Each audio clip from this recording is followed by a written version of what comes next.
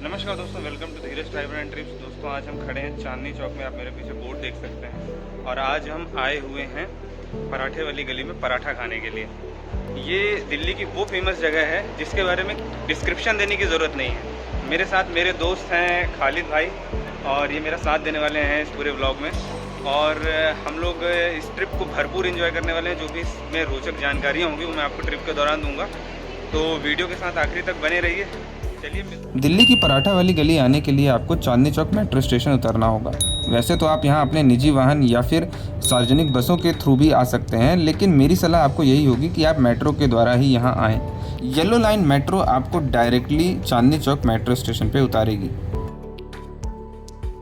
तो जैसे ही आप चांदनी चौक मेट्रो स्टेशन पहुँचते हैं, आप यहाँ गेट नंबर 5 से एग्जिट ले सकते हैं। बाहर निकलते ही आप सीधे चांदनी चौक पहुँच जाएंगे।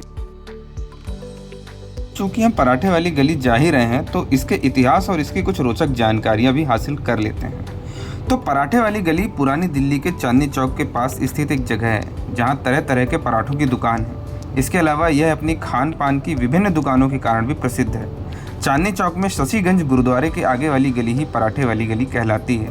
वहाँ काफ़ी पुरानी पराठे बनाने की दुकानें हैं। यह गली मुख्य रूप से चांदनी चौक से आरंभ होकर दूसरे छोर पर मालीवाड़ा में जाकर मिल जाती है।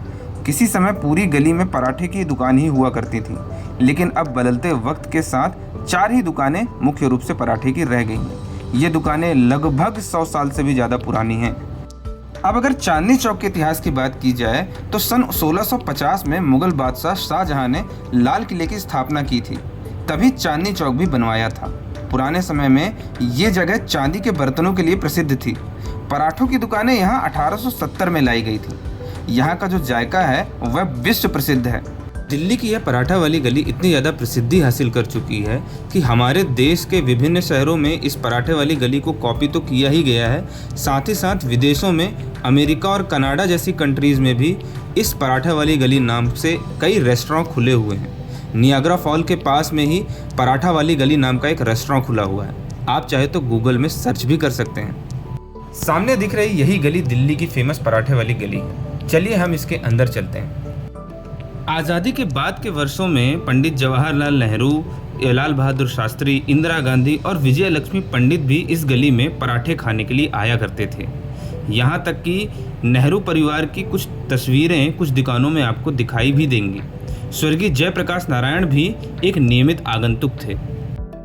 ऐसा कहा जाता है कि पराठे बनाने वाले यह लोग मध्य प्रदेश के रहने वाले। स्वाद ऐसा है कि अगर एक बार खा लें तो शायद ज़िंदगी भर भूल नहीं पाएंगे। शायद इसी वजह से पूर्व प्रधानमंत्री भी यहाँ पर खुद को आने से रोक नहीं पाते थे। पराठों को बनाने का तरीका भी थोड़ा अलग है। यहाँ पराठों को सेंकने के बजाय शुद्ध घी में तला जाता है, और शायद यही इनके स्वाद का राज भी है। मुझे पूरा यकीन है कि आपको पराठा तो पता ही होगा, लेकिन जिनको नहीं पता है उनके लिए बता दूँ कि पराठा एक प्रकार की भारतीय रोटी होती है। उत्तर भारत में यह जितना लोकप्रिय है उतना ही दक्षिण भारत में भी लोकप्रिय है। इसमें मूल रूप से फ़र्क यह है कि उत्तर भारत में यह आटे का बनता है और वहीं दक्षिण भारत में यह मैदे का बनता है। यहाँ आज भी पुराने ज़माने की तर्ज पर पारंपरिक रूप से भोजन पकाया जाता है, जो कि शुद्ध शाकाहारी होता है। इसमें प्याज और लहसुन शामिल नहीं होता। ऐसा इसलिए होता है क्योंकि इन दुकानों के मालिक ब्राह्मण हैं और इनके पारंपरिक ग्राहक जो थे वह भी जैन थे। इसलिए शुरू से यहाँ प्याज और लहसुन को भोजन में शामिल नहीं किया जाता था। इस दुकान में आप पूर्व प्रधानमंत्री लाल बहादुर शास्त्री जी की फोटो को भी देख सकते हैं। यहाँ के कुछ प्रसिद्ध पराठों में काजू पराठा, बादाम पराठा, मटर पराठा, पनीर पराठा, मिक्स पराठा, रबड़ी पराठा, खोया पराठा, गोभी पराठा आदि शामिल हैं। पराठा आमतौर पर इमली की चटनी के साथ पुदीने की चटनी, अचार, मिक्स सब्जी, पनीर की सब्जी, गोभी और मेथी की सब्जी और कद्दू की सब्जी, जिसको सीताफल की सब्जी भी कहा जाता है, के साथ परोसा जाता है। आमतौर पर यहाँ के लोग पराठों के साथ लस्सी का उपयोग करते हैं। इस जगह की एक विशेष बात यह है जो कि आपका दिल जीत लेगी कि लस्सी को परंपरागत तरीके से कुल्हड़ में परोसा जाता है। लेकिन हमारा पेट भर गया था, इसलिए हम लोगों ने लस्सी का ऑर्डर नहीं दिया। यह सामने जो आप देख रहे हैं यह रबड़ी पराठा है। कितने अच्छे से रबड़ी की स्टफिंग पराठे के अंदर की जाती है, यहाँ आप इसे देख सकते हैं। मुझे पूरी उम्मीद है कि पराठे वाली गली पर मेरा यह व्लॉग आपको बहुत ही पसंद आया होगा और कुछ नया और रोचक जानने को मिला होगा। अगर आपको जानकारी अच्छी लगी है तो चैनल को सब्सक्राइब कर लें और वीडियो को लाइक ज़रूर करें, इससे मिलेगा हमको मोटिवेशन। मिलते हैं किसी नए ट्रिप में कुछ नई रोचक जानकारियों के साथ में। तब तक के लिए this is Dheeraj signing off. जय हिंद।